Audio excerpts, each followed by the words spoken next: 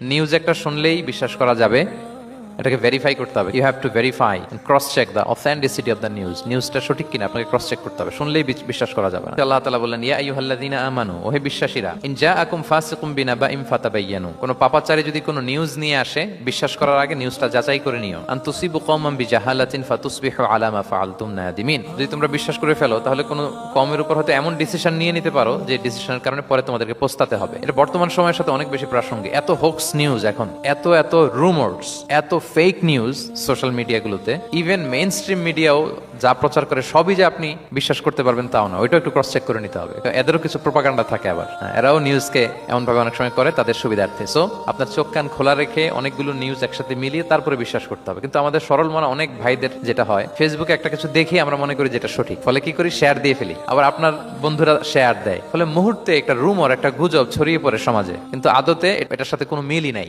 বাস্তবতা। ইসলাম কত সুন্দর একটা নিউজকে ভেরিফাই করার জন্য আমাদেরকে নির্দেশ দিয়েছে। ফাতাবায়ানু মানে ক্রস চেক করো, যত মেইন স্ট্রিম মিডিয়া হোক। ওটা শুনলে আপনি আরো আপনার সোর্স থেকে আপনি একটু জানবেন, এরপরে আপনি বিশ্বাস করবেন। আপনি কি জানেন যে একটা কথা শুনেই ক্রস চেক না করে অ্যাকশনে যাওয়াতে কত পরিবার ভেঙে যায়, কত সম্পর্ক ভেঙে যায়? আমাদের মধ্যে এই প্রবণতা আছে। আপনার ছেলের ব্যাপারে একজন একটা কথা বললো, এসে ছেলের মারপিট, জিজ্ঞেস করেন না এটা। আপনার মেয়ের ব্যাপারে একজন এসে একটা বাজে কথা বলছে, এসেই আপনি মেয়ের সাথে খারাপ আচরণ। আপনার ওয়াইফের ব্যাপারে একজন বললো আর কি, যে ভাই আপনি এখানে, ভাবিকে তো দেখলাম ওইখানে আরেকজনের সাথে, আপনি এসেই আপনার স্ত্রীর উপর চড়াও অথবা গায়ে হাত তুললেন। তো হতে পারে যে ওই ভদ্রলোক অন্য কোনো মহিলাকে দেখেছে যে দেখতে আপনার স্ত্রীর মতো, এরকম হতে পারে কি পারে না বলেন? তো এই যে আপনি ক্রস চেক না করে, ভেরিফাই না করে যে অ্যাকশনে গেলেন, এতে সমস্যা হবে না? সমাজে পরিবার ভাঙে, সমাজে সম্পর্ক নষ্ট হয়, কলহ বাঁধে। এজন্য আল্লাহ তাআলা বলেন যে সোসাইটিটাকে যদি পিসফুল করতে চাও, ইযা জাআকুম ফাসিকুম বিনাবাইন ফাতাবায়ানু, নিউজ আসলেই বিশ্বাস করো না। You have to cross check, you have to justify and you have to verify the news. তাহলে আজকে থেকে ফেসবুকে একটা পেলে আমরা কি করব? শেয়ার দিয়ে দিব।